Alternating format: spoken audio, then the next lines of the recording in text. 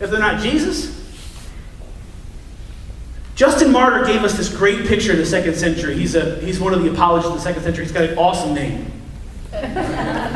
which is cool because I also have an awesome name.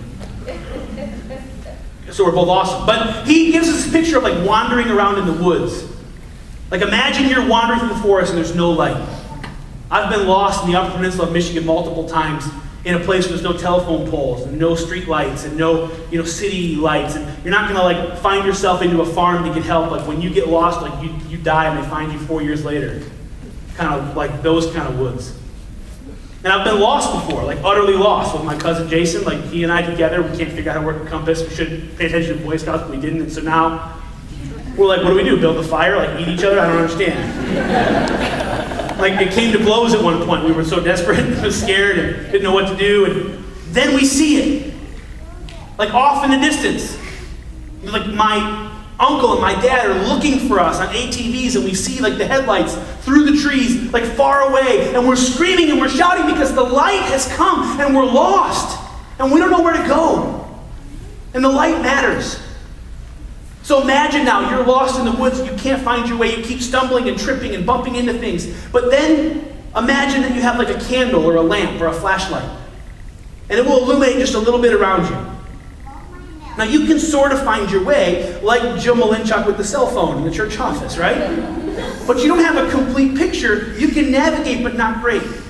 Well, Justin Martyr said that the philosophers are like people trying to find their way with a candle or with a lamp. They have some light, and it chases away a little bit of the darkness, but they can't see great. Now imagine that it's noon. The sun has risen. And the lights have been turned on. And now we can see plainly what we couldn't see before. Well, that's like Christ. When Christ came to illuminate the world, well, we can now see where even the people that were doing a great job with the light that they had weren't doing something perfect because they had incomplete knowledge. Jesus saying, I am the light of the world, that like this is it. If you follow me, you won't walk in darkness, but you'll have the light of life. He's saying that, like, listen, I figured out this human being thing. I figured out the way to live. I figured out the way where you can enter into an existence that makes sense. I turned the lights on for you. You can find your way now. And this is the claim of Christ, that when we come to Him, our path is illuminated. We're no longer lost in the dark. And this matters immensely when you're dealing with uncertainty and fear and anxiety. Where do I go? How do I do this? What do I do next? And we're not strangers to this right now. We've put our faith in this system, and the system is failing. And we don't know what to do. We're watching wealth and security disappear. And it's difficult. The light of God, which illuminates the darkness. We don't need to live in fear. Which is my third thing, and then we'll close. There's this reality about light that it chases away the darkness. That light is more powerful than the darkness. When I was a kid growing up in the Church of Christ, we sang this song in Sunday school.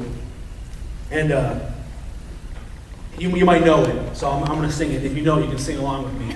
And it's kind of a cute little song, and you sing, there's emotion to it, so hold your finger up like this, okay? You know the song now?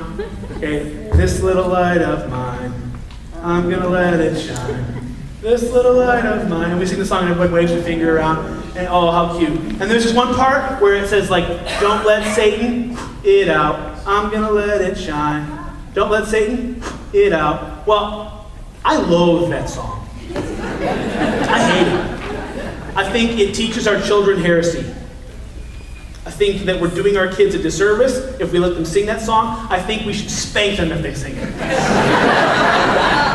No, maybe that's harsh. But no, really, okay? Because here's why. Let me just connect the dots for you. There's a lot of children's songs I think are really ridiculous, but we won't get into that today. You get this picture, okay? Like, I got this little light, and it's cute, and it's fragile, I need to protect it, because like, oh my goodness, my faith is so fragile, like, if the wind picks up, it's going to get blown out, so like, let's just huddle it in and just protect it here, and me and my little light are